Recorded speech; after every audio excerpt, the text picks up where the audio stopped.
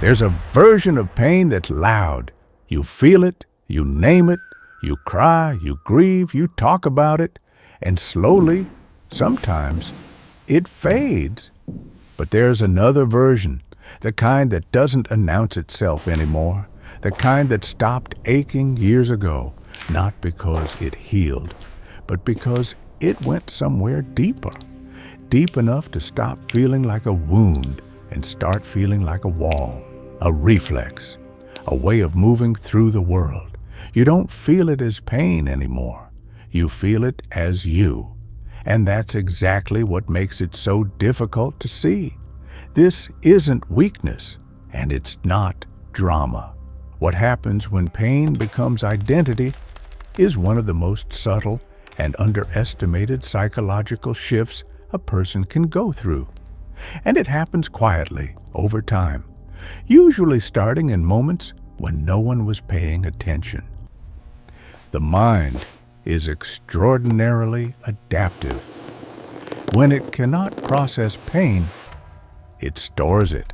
And when something is stored long enough, the mind stops treating it as a foreign object and starts treating it as structure, as part of the foundation. This is not failure. This is survival logic, taken too far, held too long. But understanding how it happens is the first step toward recognizing where it lives inside you. The first way this happens is that pain becomes a lens.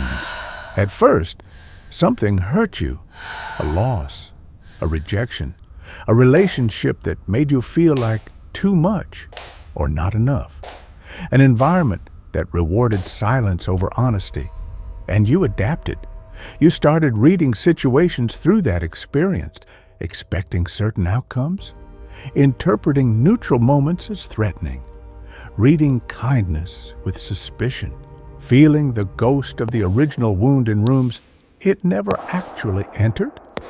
This is not paranoia. It is a nervous system doing its job, protecting you based on the most reliable data it has. But here's what changes over time.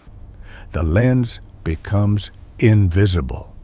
You stop noticing you're wearing it. What was once a reaction to something specific becomes simply the way you see. Every room, every person, every moment of silence in a conversation, filtered through something that happened maybe years ago that you haven't fully named yet. The second way is that your emotions start organizing around the wound. When pain becomes identity, your emotional life quietly begins orbiting it. You become most yourself in sadness, most articulate in anger, most alive sometimes in crisis, because that is the terrain the wound understands. Calm can feel foreign, stability can feel suspicious, joy can feel dangerous, because somewhere along the way, your nervous system learned that softness gets punished, that peace doesn't last, that the moment you relax, something breaks. So you return again and again to emotional weather that feels familiar, not because you want to suffer, but because suffering is where your emotional vocabulary is fluent. And fluency feels like home, even when home hurts. The third way is that the story you tell becomes the story you protect. Pain, when held long enough, becomes narrative. You start knowing yourself through it. I'm the person who was abandoned. I'm the one people always leave. I'm the one no one truly sees. I'm the one who had to do everything alone. These stories often contain real truth. That's what makes them so powerful and so difficult to question. Because questioning the story can feel like betraying your own experience, like minimizing what actually happened to you. But there's a difference between honoring what you've been through and organizing your entire identity around it. One is memory. The other is architecture. And when you build your sense of self on top of a wound, every experience gets interpreted through it. Not because it's accurate, but because it's structurally necessary. The story needs to stay consistent. The fourth way is that your relationships start confirming the wound. When pain becomes identity, you unconsciously begin selecting and sometimes creating situations that confirm what you already believe about yourself and about people. You are drawn to dynamics that feel familiar, even when familiar means painful. You interpret ambiguous signals through the original wound. You pull away precisely when closeness becomes real. You test people in ways you don't fully acknowledge, and when they fail the test, or when you make sure they fail it, the wound is confirmed again. This is not stupidity. It is the mind trying to maintain coherence. A self built around a wound cannot afford too much evidence against it, so it filters, it selects, it arranges the world until the world agrees. But here is where it gets harder to look at. When pain has become identity, the idea of healing can feel threatening, not consciously, but somewhere underneath, because who are you without it?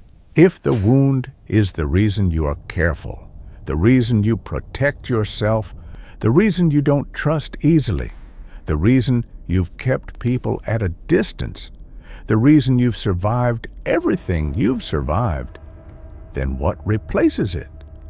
This is why some people resist healing not out of laziness, but out of a genuine, quiet terror of becoming someone they don't recognize. The wound organized them. It gave them a coherent story. It explained the loneliness. It explained the anger. It explained why closeness never quite worked. It explained everything, letting it soften feels in some moments like losing a self, not gaining one. And that fear is real. It deserves to be named. But here is what's also true. The self that exists beneath the wound, the one that formed before the pain shaped it or could form after, is not weaker than the one built around suffering. It is just unfamiliar. And unfamiliar does not mean wrong. Unfamiliar does not mean unreal. It means you haven't lived there long enough yet. The goal is not to erase what happened. What happened was real. The pain was real. The way it changed you was real.